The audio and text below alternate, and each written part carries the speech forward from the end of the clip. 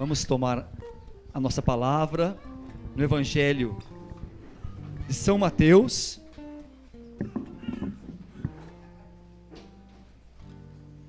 Mateus 7.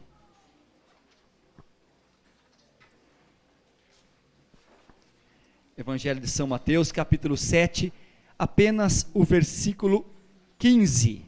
Mateus 7, versículo 15. Depois nós vamos saltar um pouquinho para Mateus 24 e para mais dois trechinhos de cartas de São Paulo, Timóteo e depois primeira carta de João depois, tá? A gente vai estar passando um pouquinho. Nosso tema de hoje é sobre falsas doutrinas, e é um tema delicado, porque hoje em dia você falar em falsas doutrinas até dá processo, porque uma doutrina pode ser falsa para nós, que nascemos no berço cristão, mas para outra pessoa que nasceu numa cultura totalmente diferente da nossa, imersa naquela doutrina onde ele nasceu, para ele aquilo é a verdade que ele vive. Entretanto, nós cristãos não podemos deixar de anunciar, de falar a verdade e de esclarecer os cristãos, porque algumas dessas doutrinas, religiões, seitas e outros nomes que possamos dar, são incompatíveis com a fé cristã, e como tal, nós precisamos conhecer para deixar de lado. Não dá para andarmos em nossa vida com pés em dois barcos, porque se isso acontecer, um barco vai para cada lado e a gente se rasga inteirinho. Então é preciso anunciar, e desde já a gente tem todo esse cuidado aqui, de não estarmos condenando pessoas.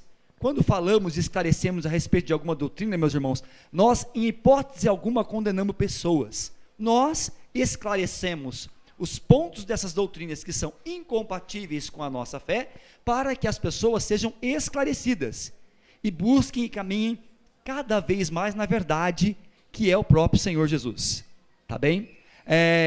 O termo falso profeta, falsa doutrina, né? Falso profeta, foi usado pelo próprio Senhor no Evangelho, né? Nós vamos ver alguns trechos, e depois foi usado também pelo apóstolo Paulo, pelo apóstolo João. Então nós vamos ver isso nas Sagradas Escrituras. Então aqui em Mateus, o próprio Senhor Jesus nos falando, Mateus 7 no versículo 15, guardai-vos dos falsos profetas, eles vêm a vós disfarçados de ovelhas, mas por dentro são lobos arrebatadores. O próprio Senhor Jesus nos avisando que ao longo do caminho teríamos essas pessoas que viriam qual ovelhas, mas por trás lobos arrebatadores. Virem algumas páginas para frente aí no capítulo 24 de São Mateus, Mateus 24 no versículo 11, lá quando Jesus também estava falando já de fins de tempos, nesse versículo 11 Jesus fala: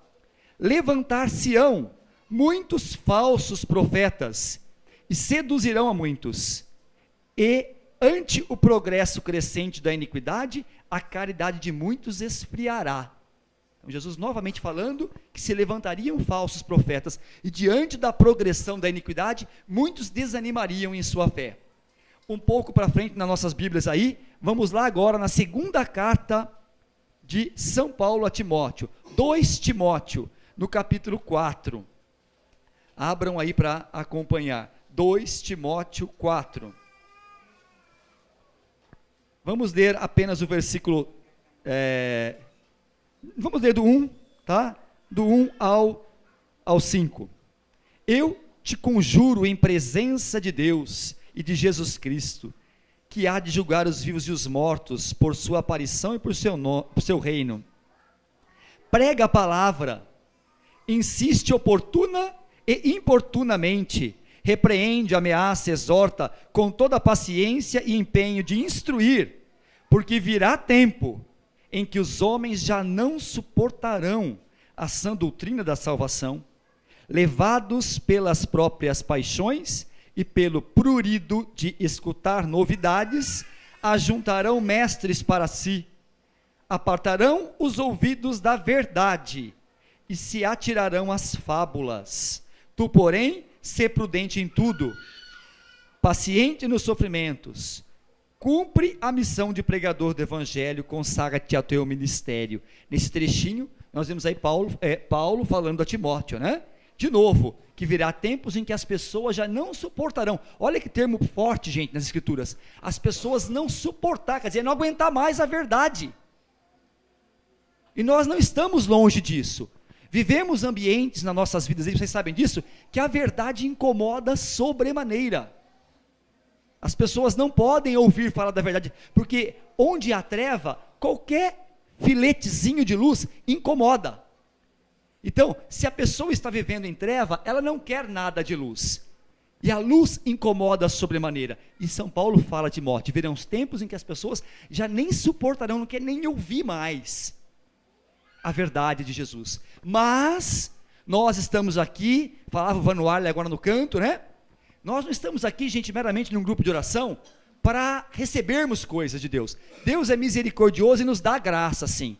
Mas Ele quer de nós servos combatentes. Nós somos agraciados em cada grupo de oração, sim, em nossas necessidades. Mas Deus quer muito mais de nós do que nos agraciar em nossas necessidades. Ele quer de nós servos combatentes, que conheçam a verdade, anunciem a verdade, onde quer que estejam. E aqui, São Paulo Timóteo fala, prega a palavra de Deus. Não é para pegar qualquer coisa, pegar uma doutrina, uma palestrinha bonita. É para pegar, onde você tiver chance, prega a palavra de Deus. Anuncia oportunamente e importunamente. Sabe o que é importunamente? Às vezes você vai estar lá, naquele lugar que não tem nada a ver, que vão te chamar de tudo quanto é coisa, porque você vai falar de Jesus ali, mas é importunamente. É para você falar de Deus, e é por isso que nós estamos sendo exortados nessa noite. Um pouquinho para frente, na carta de São João, primeira carta de São João, um pouquinho para frente, aí no capítulo 4, 1 João 4, versículos de 1 a 3. Caríssimos, não deis fé a qualquer espírito, mas examinai se os espíritos são de Deus, porque muitos falsos profetas se levantaram no mundo. Nisto se reconhece o Espírito de Deus. Todo espírito que proclama Jesus Cristo, que se encarnou, é de Deus. Todo espírito que não proclama Jesus, não é de Deus, mas é o espírito do anticristo, de cuja vinda tendes ouvido e já está agora no mundo. Então agora era São João exortando. Qual é o Espírito de Deus? E quem não é? Quem não está falando em nome do Espírito de Deus? Toda pessoa, ou palavra, ou movimento, ou religião, que não proclama Jesus Cristo como Filho de Deus, que se encarnou, que morreu e ressuscitou para a nossa salvação, não é de Deus. Tá? Então, eu fiz questão de mostrar, porque são trechos aqui, o trecho de São João, falando novamente, falso profeta, né? Para a gente dizer que não são palavras apenas nossas, falar de falso profeta. O próprio Senhor usou no Evangelho, São Paulo usou nas suas cartas, São João usou nas suas cartas, e nós precisamos anunciar a verdade e conhecer. Dentro disso, gente, nós vamos passar agora, nesse resto do nosso momento aqui de pregação juntos, alguns conceitos, alguns aspectos de algumas doutrinas, vamos chamar assim, tá? Para que a gente conheça e veja o quanto incompatíveis são com a fé cristã, e portanto, eu tenho que deixar de lado. Eu não posso comungar da mesa da Eucaristia e ao mesmo tempo da mesa de um centro espírita. Mas por que, Heraldo? O Espiritismo também é bom, o Espiritismo também fala de Jesus? Não. Espiritismo não é incompatível com a fé cristã. É a primeira religião ou doutrina que eu vou comentar algumas coisinhas com vocês. O Espiritismo, as Escrituras condenam abertamente. Lá no livro de Levítico, no capítulo 19, versículo 31, a palavra de Deus fala: não vos dirijais aos espíritas, aos adivinhos, aos agouros, a esse tipo de religião ou doutrina. Não vos dirijais a eles, não vos consulteis com eles, para que não vos contamineis com eles, a palavra de Deus fala. Então é proibitivo e ao mesmo tempo exortativo, que vai nos falar, vocês vão se contaminar com essas coisas. Então não busque isso, tá? O Espiritismo, gente, só para a gente esclarecer algumas coisinhas e ver, ele acredita, uma religião, uma doutrina, que acredita que é o seguinte, que as almas foram sim criadas por Deus desde a eternidade e destinadas a evoluir rumo à perfeição, que seria alcançada através de múltiplas reencarnações, tá? E que o corpo é só um lugar para essa alma habitar enquanto ela está aqui, e que passado um tempo, esse corpo vai morrer mesmo, mas ele não é importante, esse corpo, porque o que vale é essa alma. Você vai se reencarnar novamente, quando essa sua alma atingir um estado de perfeição, aí está pronta para o que é eterno, e aí não precisa mais do corpo. Então é totalmente incompatível com a fé cristã, essa teoria do Espiritismo. Por quê? Essa doutrina do Espiritismo. Porque nós somos, a palavra de Deus nos afirma, que nós morremos uma só vez. Morremos uma só vez e logo vem o juízo. Isso está em Hebreus 9, versículo 27. Em Hebreus 9, 27, morremos uma única vez e vamos nos deparar com Deus naquele momento. Não tem essa de voltar para purificar, para melhorar a alma, e o que eu não fiz numa outra geração, numa outra encarnação, eu vou fazer nessa. Isso não existe. Isso não existe, tá? Então é inconcebível que façamos essas coisas. No tempo mais moderno, nós vemos que desde o tempo antigo, nas Sagradas Escrituras, o Espiritismo, desde o Antigo Testamento, já era condenado. Por quê? Essas práticas de evocar espíritos, já era antiga, tá? Já era antiga. O Espiritismo e algumas das suas derivações, né? Por exemplo, Umbanda, também é uma ramificação de Espiritismo, tá? Onde se pratica a tal da necromancia, tá? Que é o que? A evocação de mortos. Tudo isso é incompatível com a fé cristã. Nós não nos comunicamos com mortos, tá? Nós não comunicamos nem com espíritos, tá? Na linha mais moderna, o Espiritismo tem uma linha mais conhecida por todos, que é a linha kardecista, fundada por Allan Kardec, um francês, em 1857, tá? Formulado em 1857, esse Allan Kardec, o nome dele era, o pseudônimo, né? Denisard Leon Rivali, e algumas das coisas do Espiritismo. Então lá, o homem, o único responsável por sua felicidade, como já comentamos, né? Afirma que as reencarnações permitem uma evolução gradativa do espírito para se redimir de erros passados. Todas as faltas podem ser reparadas. O corpo é só um instrumento para voltar para a terra. Portanto, quando a alma atingir a perfeição, o espírito não precisa mais de corpo.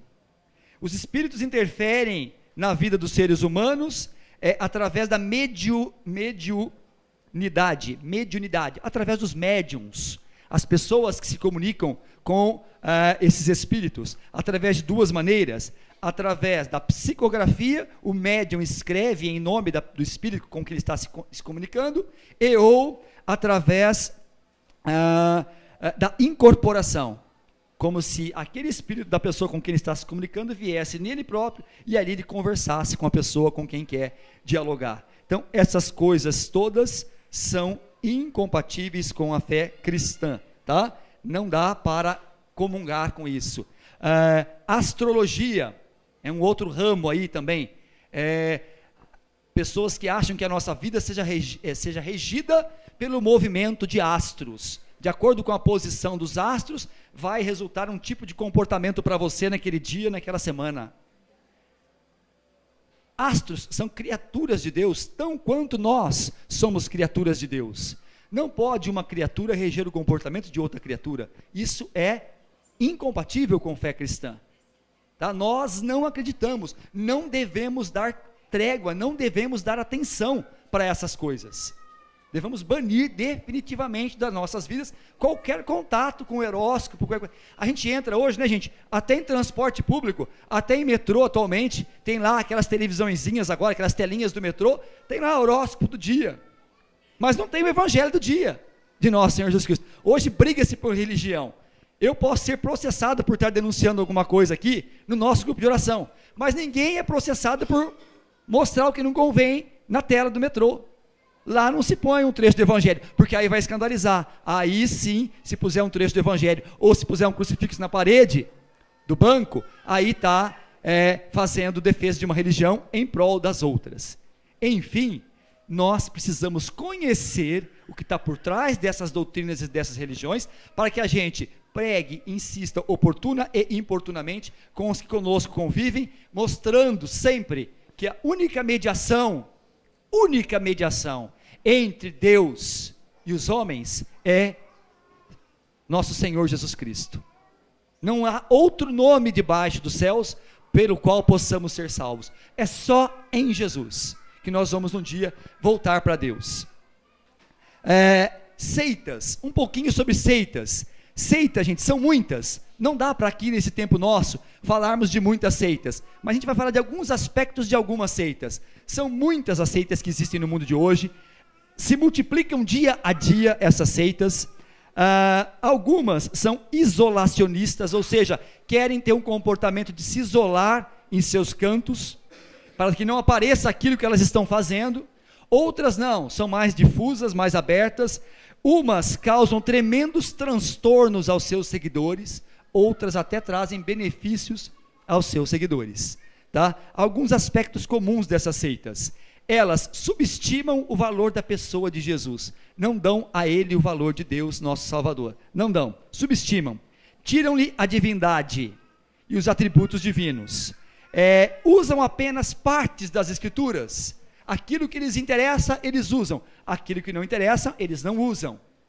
Usam escritos dos seus fundadores, para exatamente chegar no fundo dos seus interesses. Dizem ser os únicos certos. Usam falsas interpretações das Escrituras. Ensinam o homem a desenvolver sua própria salvação. Costumam buscar suas presas em outras religiões, inclusive entre nós. Ouvimos várias histórias de pessoas, amigos nossos, que acabam indo parar nessas seitas, quando não, familiares nossos, que acabam se encontrando numa determinada seita. Como pode? Depois de comungar do banquete da Eucaristia. O que é uma seita? Uma seita é um grupo não ortodoxo, quer dizer, não conservador, esotérico, do grego esoterikos, quer dizer, de conhecimento secreto. Todas essas seitas têm alguma coisa eles escondem. Se não escondem tudo, alguma coisa esconde. Tá? Então, essas seitas têm esse caráter esotérico, de esconder.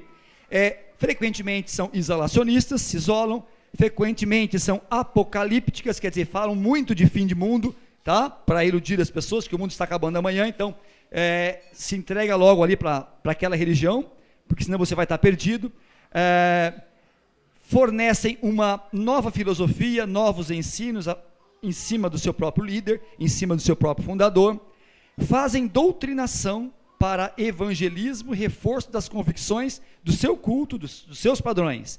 Fazem a chamada privação, quebram a rotina do sono normal das pessoas, privam de momentos alimentares, tá? E combinando essas duas coisas com a doutrinação repetida, acabam convencendo o candidato a ser membro das suas seitas, tá? Como se comportam as seitas? Se comportam como boas, se comportassem como ruim, ninguém seguia.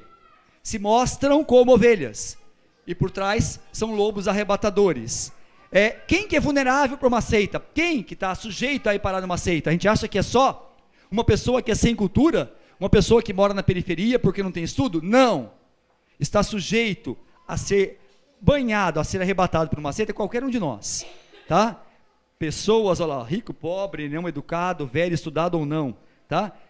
Normalmente, pessoas que estão passando por alguma desilusão com alguma religião, estão intelectualmente confusos em assuntos religiosos e filosóficos, pessoas desiludidas com a sociedade, pessoas passando por necessidades, pessoas passando por uma carência emocional, pessoas passando por crises financeiras, acabam sendo mais suscetíveis a essas seitas. Técnicas de recrutamento dessas seitas: elas encontram uma necessidade e a preenchem. E aí uma falha nossa de cristãos, porque nós também deveríamos ser bons de marketing. O que é marketing? Não é propaganda. Marketing é descobrir aquilo que o outro está precisando e levar. Tem um colega seu de trabalho que está precisando de alguma coisa? Tem. Você tem que descobrir. Você está vendo que o cara está abalado, a mulher está abalada. Vai, conversa, tira dela o que ela está precisando. Porque se você não levar Jesus para ela, uma seita vai levar ela para algum lugar. Porque é isso que eles fazem. Descobrem uma necessidade daquela pessoa que está passando e fisga. Tá? É tática deles. Tá? Algumas táticas: bombardeiam de amor, dão atenção, dão apoio emocional, dão apoio financeiro e por aí vai. Tá? Por que alguém seguiria uma seita? A seita satisfaz várias necessidades: psicológica, emocional, intelectual e por aí afora. Tá? Algumas seitas, uma delas, Testemunha de Jeová. Quem já não deparou com um deles aí por aí na rua, ou na porta da casa, quem morava em casa? A gente mora em apartamento, eles não batem mais no apartamento, mas quem mora em casa ainda eles batem na porta, tá? E vem lá com a revistinha, Sentinela ou Despertai, uma das duas, tá? E olha, gente, às vezes muito mais bem preparados do que nós, conhecedores das escrituras que não usam corretamente, mais do que nós. É claro que com eles, nesse momento, nós não temos que disputar. Já falamos, nós não temos que brigar com pessoas. Se a pessoa bater na sua porta, seja educado com ela, tá? Mas seja educado, mas ao mesmo tempo seja autêntico. Obrigado, minha senhora, não precisa gastar o tempo comigo. Eu tenho as minhas convicções, a minha fé, não preciso ouvir da sua fé. Por quê, gente?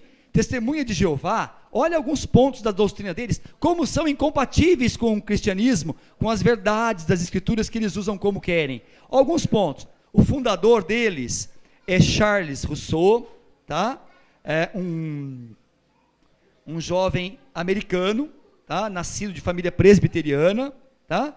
Tem toda a história dele aí que não dá para comentar. E a doutrina: as testemunhas de Jeová são contrárias a todas as formas de religião, tá?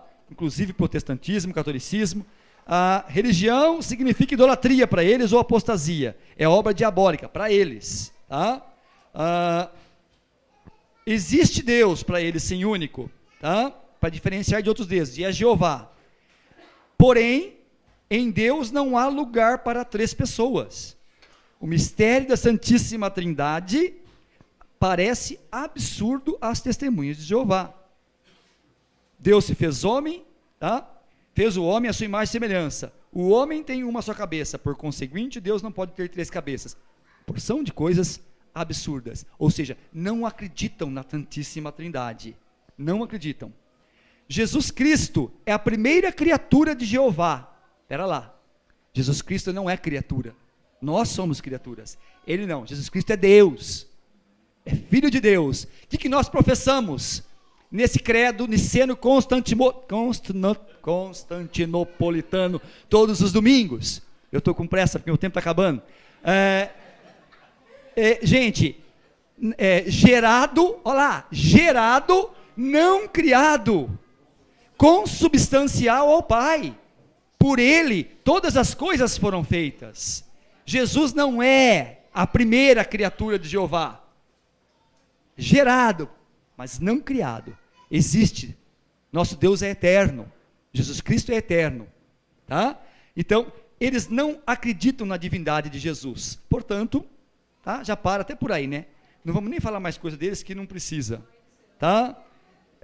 A Mira está me lembrando aqui. Só eles serão salvos. Pegam parte das escrituras que lhes convém, então vão interpretar lá o número 144 mil do Apocalipse de maneira errada.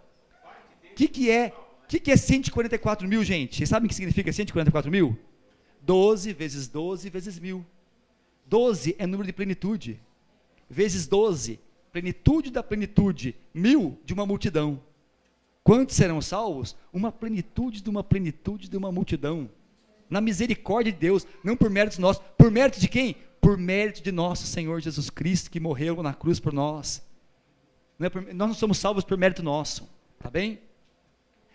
Igreja Universal do Reino de Deus. nem vamos falar muito, né? Igreja Universal do Reino de Deus, o fundador é Edir Macedo, tá? Antes de fundar essa igreja, fundou uma outra lá, umas outras duas, tá? Alguns princípios da doutrina da Universal de Deus, tá? O exercício do culto, o culto exercido nas sessões da Igreja Universal, é predominantemente do atendimento às pessoas que lá comparecem, abaladas por algum problema, físico, psíquico, familiar, econômico. Os pastores da igreja atribuem sempre esse problema ao demônio, tá? E aí tem a sessão de exorcismo para expulsar o demônio, tá? Em meio a gritos, lágrimas, gemidos, convulsões e outras coisas mais. Verifica-se que o grande interesse da igreja, da doutrina e das denominações congêneres é o serviço ao homem. Assim, faz-se da religião um sistema mágico de solução dos mais diversos problemas do indivíduo. Cria-se um novo pronto-socorro, o pronto-socorro religioso, tá? Então, o qual pode realizar aparentes prodígios mediante a sugestão movida por temas, tá? O louvor verdadeiro e a adoração são raros e quando aparecem, o pano de fundo é outro, tá? Nem vamos falar muito mais, conhecemos aí nas televisões quantas distorções dessas seitas que estamos acostumados a ver. Seishonoye é o fundador, um japonês, tá? Masaharu Taniguchi, tá? Lá na década de 1930, depois em 40 oficializou como religião no Japão, tá? Depois se espalhou para o mundo, tá? No Japão ele registrou como religião a Seishonoye, e aqui no Brasil nós temos também os templos da Seishonoye, tá? Então é a mais eclética de todas as religiões, porque mistura conceitos das religiões orientais com budismo, com coisas do cristianismo, do judaísmo, é uma mistura generalizada para confundir, tá? Alguns princípios que vão ver que também são incompatíveis com o cristianismo. A matéria não tem existência real, só existe a realidade espiritual, tá? Segundo princípio, como consequência desse, o mal não existe, é pura ilusão, produção da mente humana. Portanto, a doença não existe, é irreal. Tá? Doenças e desgraças aparecem porque a mente do indivíduo não está em sintonia com as ondas de pensamento do universo de Deus. Tá? Pois, o homem quem cria a sua doença ou a sua saúde, conforme os pensamentos que tiver. Tá? Então, o pecado também não existe, é irreal, é pura ilusão. Tá? Taniguchi acha que um dos maiores males é o fato dos homens considerarem-se pecadores. É preciso apenas tirar da mente a ideia de pecado, produto falso da mente. Para o homem perfeito e puro, como Deus o criou, dessa forma, a Seishonoye nega a existência real do mundo material e a existência de qualquer mal, incompatíveis com a fé cristã. Tá? O pecado existe e ele é uma ruptura nossa com o amor de Deus, livre e espontânea vontade que o fazemos. Meditação transcendental. Aqui dentro, gente, teria várias seitas de meditação transcendental, tá? Alguns conceitozinhos de meditação transcendental. A meditação transcendental vem a ser um dos exercícios que os indianos, desde remotas épocas, realizam a fim de conseguir paz e felicidade interior. Consiste numa técnica mental que leva a pessoa primeiramente a procurar se colocar num estado de relaxamento interior. Nessas condições o indivíduo tenta esquecer todas as realidades, esvaziar a mente, tá? É um chamado estado de percepção vazia, tá? Esse estado de percepção vazia acarreta a cessação das emoções, dos sentimentos e afetos. A pessoa se aprofunda em sua consciência, permite descobrir a realidade mais íntima do seu próprio ser, tá? Uma técnica que pode ser feita individualmente, em casa e por aí vai, tá? Não dá para ler tudo sobre a meditação transcendental, mas eles também, né, embora os arautos da meditação transcendental afirmem que esta técnica nada tem a ver com religiões ou filosofias, na verdade, ela está associada à filosofia religiosa dos mestres indianos, isto é, ao panteísmo, que quer dizer tudo é Deus, né? E, portanto, né, incompatível também com a fé cristã, tá? E por isso também devemos evitar, tá ok?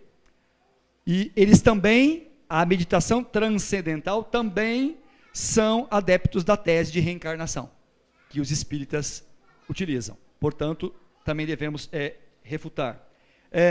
O meu tempo está esgotando, gente, mas em 5 minutinhos eu vou falar um pouquinho também sobre Nova Era, para encerrar. Porque Nova Era é algo sutil, sutil. Ela não é uma religião, mas tem algo de religião.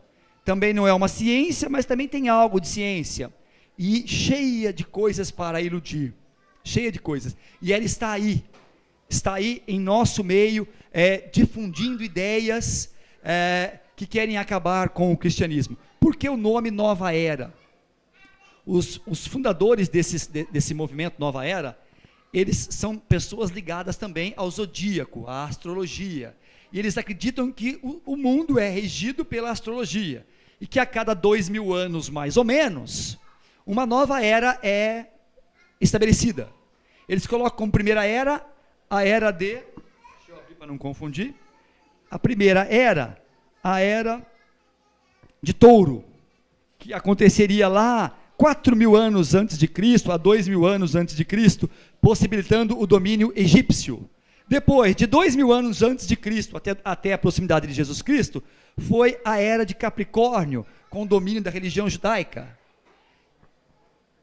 De 2000 até 2100, nós estamos aqui, é a era de Peixes, onde o que comanda é a religião cristã, o cristianismo. Mas ela está chegando ao fim, tá?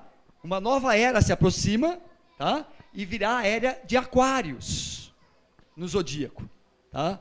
E aí, gente, os conceitos desse movimento são tais, que tendem a uma confusão tamanha, tá? Eles também creem num líder, um líder religioso aí, não é religião, mas o líder dele seria Maitreya. Teria muita coisa para falar disso, mas não vai dar tempo, depois a gente pode consultar na internet. Mas algumas coisas, por exemplo, eu vou até estar transcrevendo aqui. Afirmam, por exemplo, que o atual modelo de família é fonte de egoísmo, de inveja, de possessividade. Defendem um relacionamento aberto, no qual não exista família nuclear. As nossas famílias não existam. Não deveria sequer existir casamento. O objetivo seria inibir a família individual. O casamento, as nossas famílias, inibem a família individual, a família universal, uma única família mundial de todos os homens, todos os seres humanos. A nova era prega uma família universal. Os filhos, no máximo, teriam mãe, sendo o pai desconhecido. Tá? Pasmem, né? Mas é isso. A nova era entende Deus como um ser impessoal, uma energia sem nome. O cosmo não é chamado de criação, pois não existe um Deus criador. Tudo é emanação daquela vaga energia, de acordo com as leis de causa e efeito. A fé cristã nos ensina que existe um só Deus, uno e trino. A criação é obra desse Deus. O ser humano é obra-prima dessa criação. Deus é um ser pessoal, tem nome, fala conosco, se revela, se comunica, nos ama, tá? A nova era diz que não há diferença ou separação entre Deus e a criação, é tudo a mesma coisa. O nome disso é monismo, tá? Afirmam que Deus é a criação e que a criação também é Deus. Você é uma criatura, você também é Deus. Isso chama-se panteísmo, tá? A fé cristã não pode aceitar panteísmo. Nós não somos deuses e criatura nenhuma é Deus.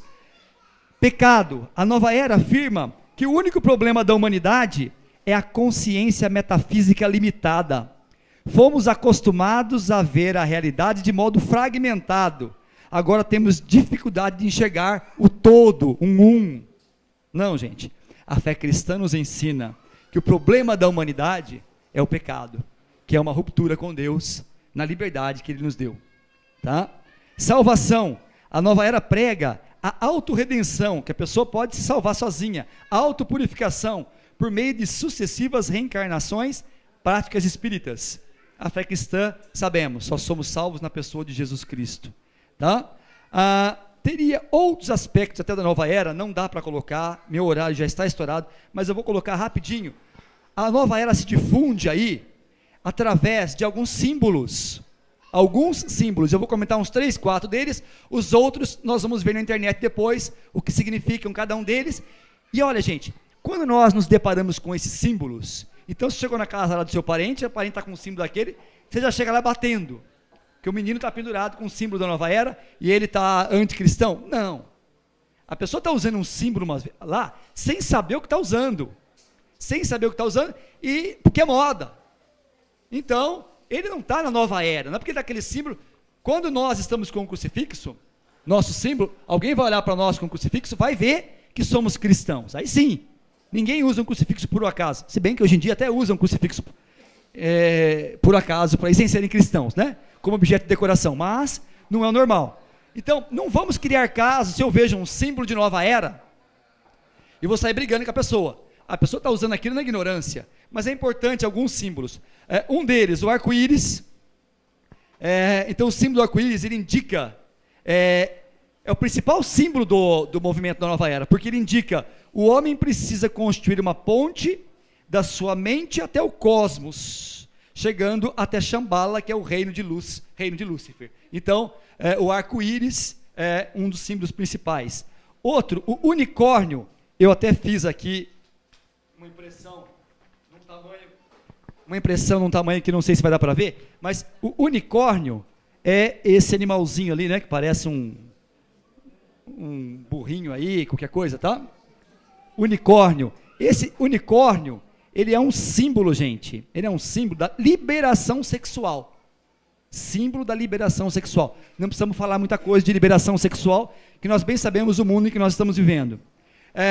Um outro símbolo, casal transpessoal. Olha que símbolo, gente, isso aqui, ó, não parece o ômega? E é um ômega.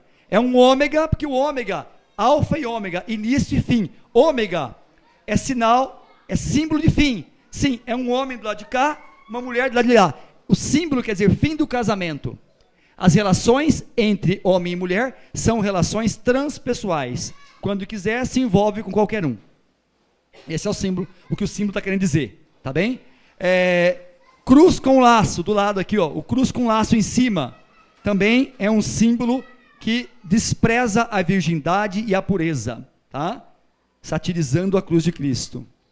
O símbolo cruz de Nero, esse aqui de baixo, ó, cruz de Nero, é uma cruzinha, parece o pé de galinha, Então, o cruz de Nero, tá? Esse aqui, cruz de Nero, é uma cruz de cabeça para baixo, com os braços quebrados, chamado pé de galinha. Significado, paz sem Cristo. O círculo em volta representa inferno. É um escárnio à cruz de Cristo. Tá? A borboleta. Pô, Geraldo, borboleta pode ser símbolo de nova era? Pode. Mas a borboleta também pode ser uma coisa linda no seu pano de prato de cozinha, não tem problema nenhum. Tá? Vai do conceito que você está dando para ela. Vai de onde você está vendo essa borboleta. Porque o que representa a borboleta para a nova era? A borboleta nós sabemos de onde ela vem. Ela vem de um casulo. Então o casulo, né, que se rompe, e morre a lagarta e nasce a borboleta. Então morre a era de peixes e nasce a nova era de aquários, tá? Com o novo líder, né? Sai Jesus Cristo e entra Maitreya, tá bem? O yin yang, esse aqui é muito comum, esse tem em todo lugar, né? O yin yang, aqui ó, uma bola redonda com aquela, parece um S, ó, uma parte preta e uma parte branca. O que quer dizer esse símbolo? Esse símbolo quer dizer a luta do bem com o mal, mas o símbolo fala o seguinte: não existe bem sem uma pontinha de mal, não existe mal sem uma pontinha de bem. Para por aí, né? Não precisa falar muita mais coisa, né? Pomba, para nós é símbolo do Espírito Santo. Pomba com ramo no bico, para eles é um símbolo da paz aquariana, e não é a nosso Espírito Santo. Vamos acolher Jesus. Outros símbolos nós podemos ver na internet. O nosso horário já acabou e a gente pode consultar outros símbolos depois. Vamos lá, o Senhor já vem chegando.